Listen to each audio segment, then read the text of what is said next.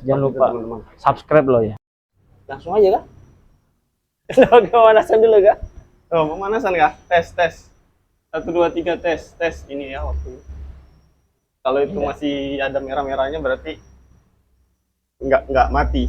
Oh, masih hidup. Ya masih hidup. Masih jalan ya. Ya masih jalan. Takutnya pas mati kan kita ngobrol ngalor gitu. Emang bisa mati sendiri kah? Kalau memori penuh. Cuman ini kan sudah ada space 19. Iya, 19 kok gigi itu nah. Assalamualaikum warahmatullahi wabarakatuh. Kembali lagi bersama saya Doni Pamungkas dalam acara podcast Peduli Gen Z. Ya, podcast ini diselenggarakan untuk sharing pengalaman, kisah inspiratif dan kisah sukses dari narasumber. Alhamdulillah Jazakallahu sudah hadir di podcast kita. Semoga apa yang kita bicarakan nanti, apa yang kita bahas nanti dapat menginspirasi generasi penerus ya, dan harapannya sih bisa membuat generasi kita ini memiliki pandangan yang lebih mantap lagi untuk mempersiapkan dirinya nanti di jenjang setelah lulus sekolah seperti itu. Jadi kalau menurut saya faktor penghambat itu cuma 2. Ketakutan, kedua kemalasan. Tapi kalau bicara senang membaca, iya, saya kurang tahu kenapa dari itu, memang sudah bawaan dari SD kali ya. Sudah lampunya saya senang lihat buku. Jadi ibarat gini, kita tidak perlu ke satu tempat rasakan pengalaman, dengan baca buku itu sudah bisa dapat pengalaman baru gitu. Makanya saya senang. Mas Angga pernah nggak merasakan atau mengalami ketika bisa dikatakan agak sulit perekonomian, tapi kemudian ada aja rezeki yang datang? Pernah nggak merasakan seperti itu? Wah, kalau itu terasa banget. Ya kebetulan saya setelah merantau, setelah kuliah itu kan kerja ke Balikpapan, sempat kena musibah, sempat ketipu juga, habis-habisan. Masih bujang ini, Mas? Masih bujang nih, bujang nih, habis-habisan, kehilangan pekerjaan, tabungan habis. Di kota orang lagi? Di kota. Tidak ada ya, saya tidak punya keluarga di sini. Sempat hampir putus asa. Akhirnya ingat dalil, carilah rezekinya. Kadang sudah nggak punya apa-apa, nikah aja. Alhamdulillah, setelah memberanikan diri mencoba melamar, akhirnya dapat pekerjaan. Menurut saya, kalau ditanya apakah sudah sukses atau belum, itu perspektif lagi. Suksesnya itu, pengertian sukses itu apa gitu.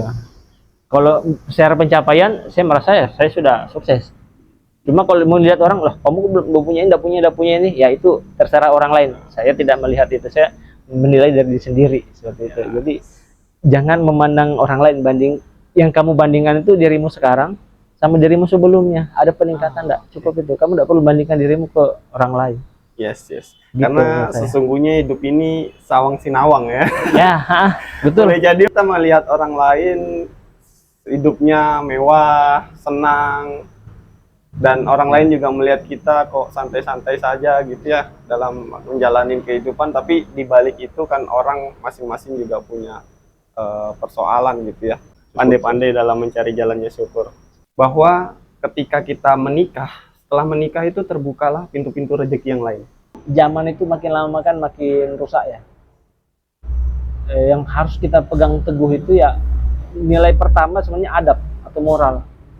Walaupun generasi yang berbeda, tapi yang harus kita pegang teguh itu adab. Adab dulu, baru ilmu. Karena kenapa? Walaupun punya ilmu banyak tapi tidak punya adab, percuma. Lebih bagus adabnya baik, ilmunya nyusul setelah itu. Karena membuat kita manusia sebagai manusia karena adabnya. Jadi gitu. Jadi saya saran kepada teman-teman generasi penerus yang mau memulai, kita belajar dari adab dulu, kita perbaiki adab dulu, moral kita, karena yang membuat negara tetap bisa aman ya dari generasi penerus yang punya adab seperti itu.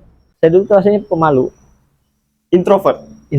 Bahasa sih introvert ya, yang nggak percaya sekarang. Tapi momen apa atau kejadian apa yang kemudian menjadikan Mas Angga itu tidak introvert lagi? Waktu itu selepas SMA, di situ momennya ayah saya meninggal, dan saya merasa gini, kalau saya bertahan seperti ini, saya tidak bisa jadi apa-apa. Kalau saya tidak berani bergerak, kalau saya hanya pendiam aja, saya tidak ngapa-ngapain, kami mau jadi apa? Akhirnya Saya punya trik. Waktu itu semua pencapaian yang ingin saya capai saya tulis. Pernah dengar saya yang tulis 100 impian gitu? Yes. Nah, saya enggak sedang, tapi saya tulis. Saya harus berani. Saya harus berani ngomong ke orang. Saya harus mengerti perilaku orang. Setelah kita kerjakan suatu hal, ketakutan kita ternyata tidak terjadi. Banyak hal-hal yang kita takuti. Iya. Sebelum kita lakukan kita takut. Kita takut ini. Iya, Akhirnya iya, kita iya. jadi takut mau bergerak apa enggak ya Iya. kan?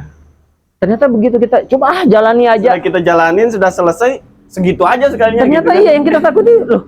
Kok hilang tiba-tiba, lewat Iya, tiba-tiba. Iya. Gitu. Benar.